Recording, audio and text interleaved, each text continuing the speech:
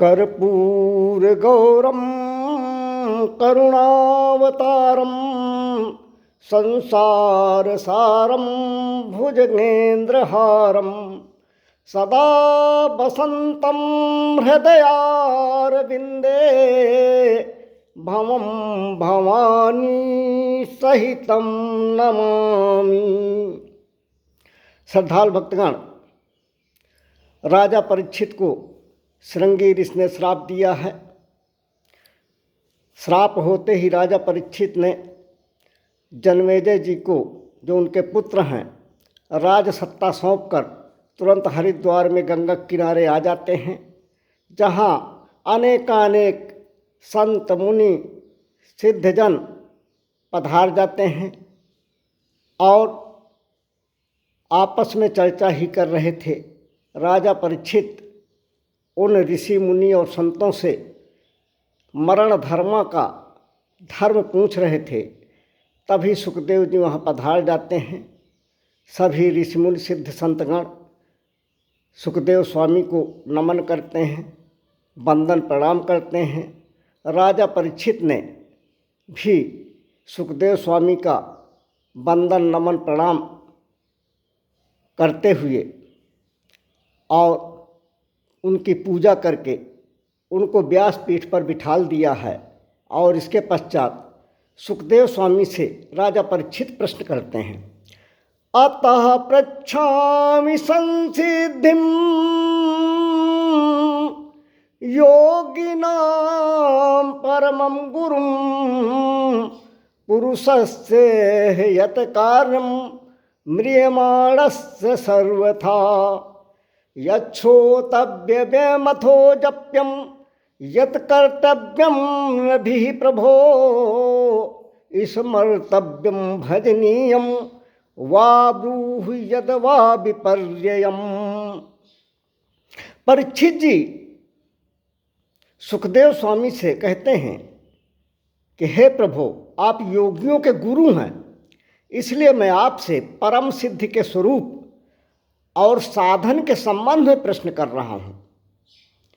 जो पुरुष सर्वथा मरणासन्न है उसको क्या करना चाहिए, अर्थात मरण धर्म का धर्म क्या है, यह भी बताइए कि ऐसे लोग किसका श्रवण, किसका स्मरण, किसका भजन और किसका त्याग करें। हे भगवत स्वरूप मुनिवर, गृहस्थों के घर पर जितनी देर में एक गाय दुही जाती है, उस गौदोहन काल से ज़्यादा भी आप कहीं नहीं टिकते। इसलिए मैंने तुरंत यह प्रश्न किए हैं ताकि इन प्रश्नों का समाधान करने के उपरांत ही, मेरी जिज्ञासा को शांत करने के उपरांत ही यहाँ से प्रस्थान कर सकें। सुखदेव जी राजा के प्रश्नों को सुनकर प्रसन्न होकर बोले। वरीयानासिते प्रश्नः कृतो लोकहितं नृपः आत्मावित् सम्मतः पुंसां श्रोतव्यादिषु यः परः। देखिए, यह बात तो निश्चित है कि व्यक्ति जो खाएगा उसी की डकार, उसी की गंध अंदर से आती है। प्याज, मूली, लहसुन जो भी आप पाएंगे, जो भी आप खाएंगे, उसी की डकार, उसी की गंध आएगी। श्री सुखदेव स्वामी के अंदर ब्रह्मानंद का रस भरा है। वे ब्रह्मानंद सदा लयलीना है, इसीलिए उनके मुंह से वरीयानेश पहला शब्द निकला है। अर्थात वरीयानेश का पहला अक्षर वह है जो साक्षात ब्रह्म का बीज है, वह।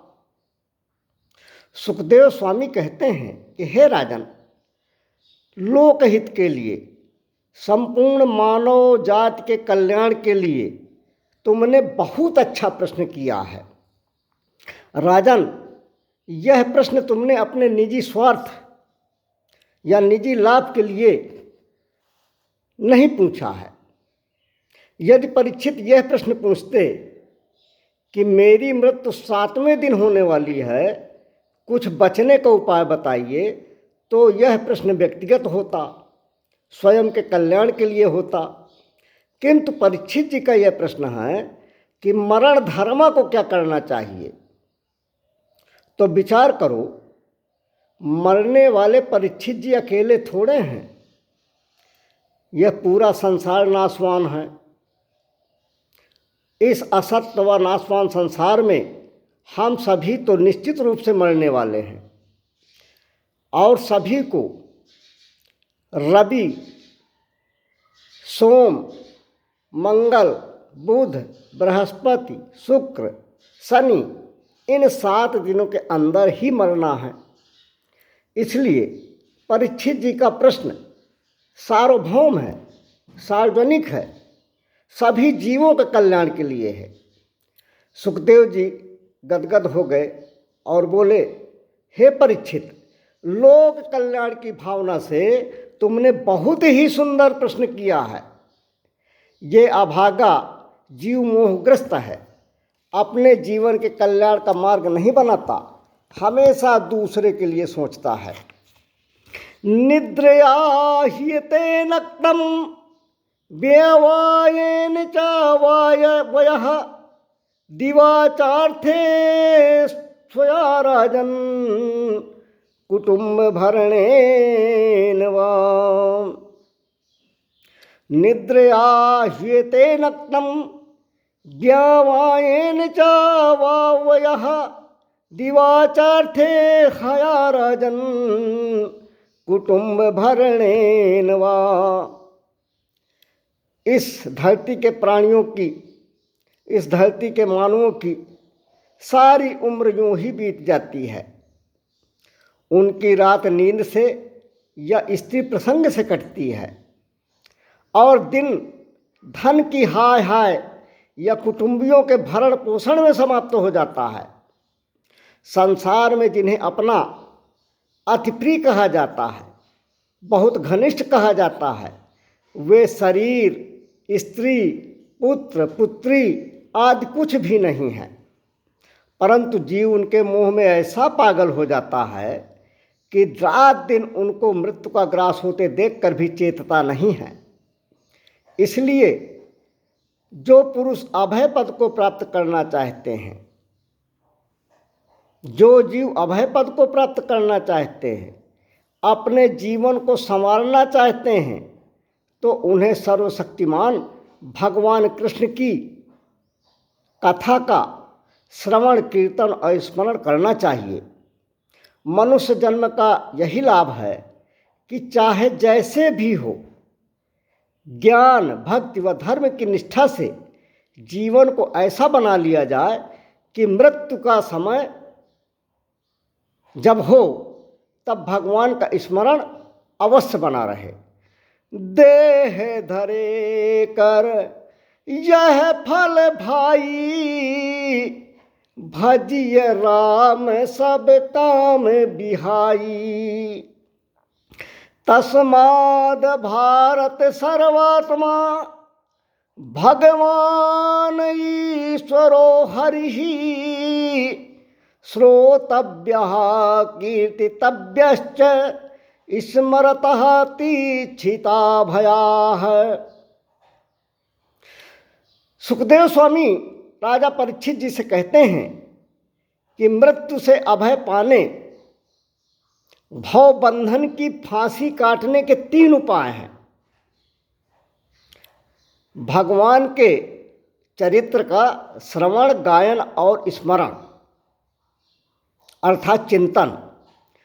भव सागर चाह पार जो पावा, राम कथा ता कहाँ दृढ़ नावा।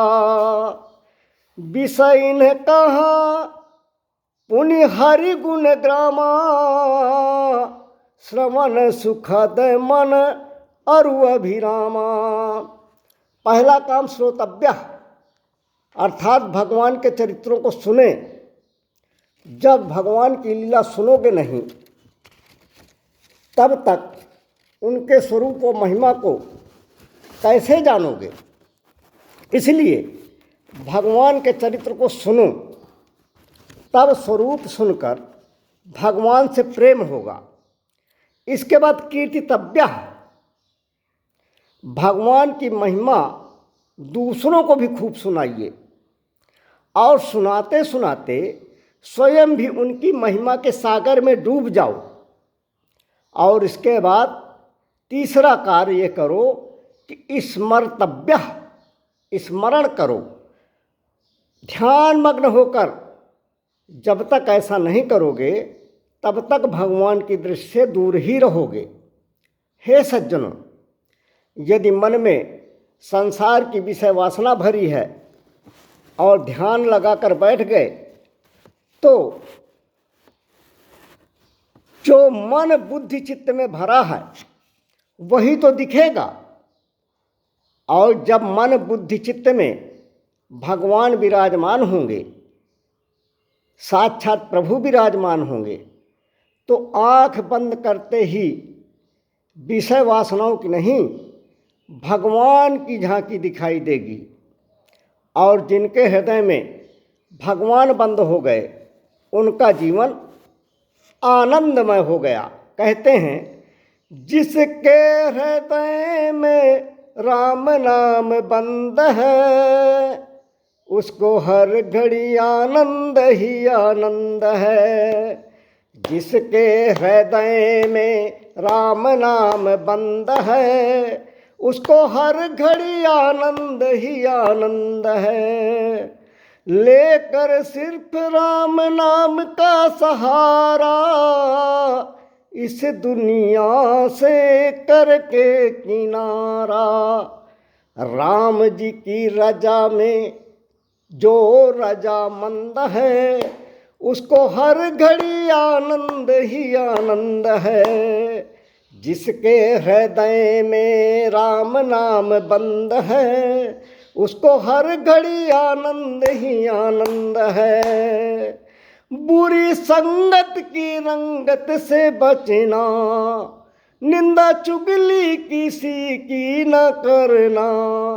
जिसको सत्य संग हर पल पसंद है उसको हर घड़ी आनंद ही आनंद है। जिसके हृदय में राम नाम बंद है उसको हर घड़ी आनंद ही आनंद है। जिसके अधरों में राम नाम प्याला वो तो दुनिया में रहता निराला।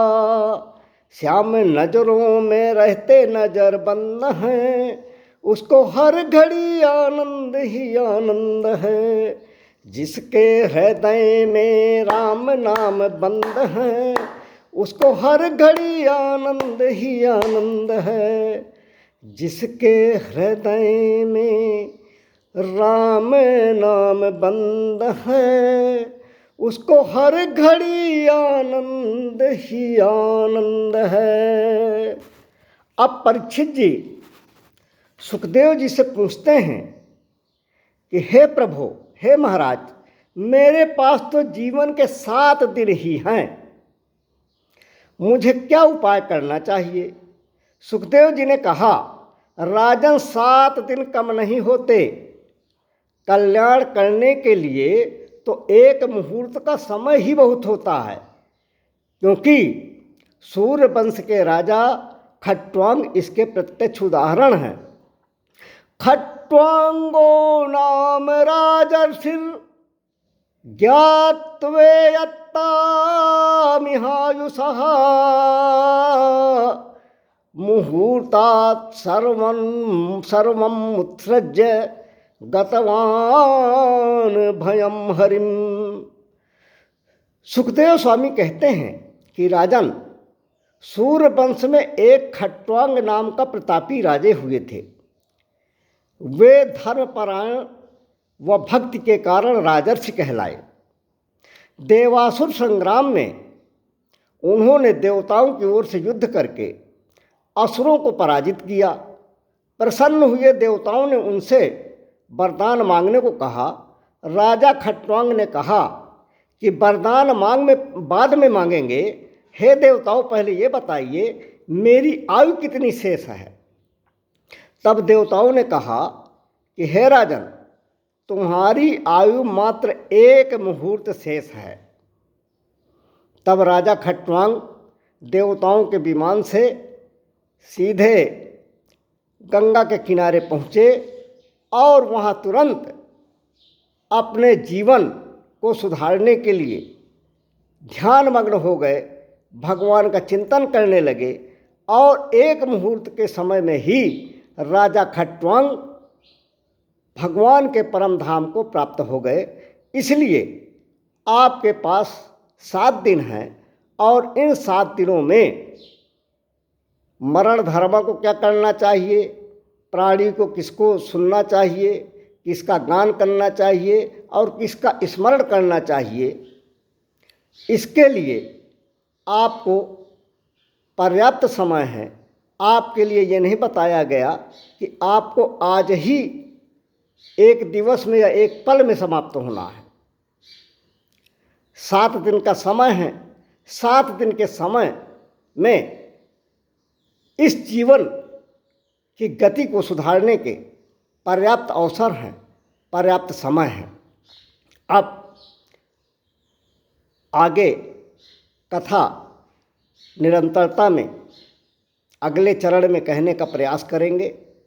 बोलिए कृष्ण कन्हैया लाल की जय, लाडली राधा मैया की जय, सियावर रामचंद्र की जय, उमापति महादेव जी की जय, सभी देवताओं की जय, सभी संतों की जय, अपने अपने गुरु महाराज की जय, अपने अपने माता पिता की जय, व्यास भगवान की जय, सुखदेव भगवान की जय, गौ माता, तुलसी माता, गंगा माता, धरती माता की जय। धर्म की जय हो, अधर्म का नाश हो, प्राणियों में सद्भावना हो, विश्व का कल्याण हो, भारत माता की जय हो। हर हर महादेव।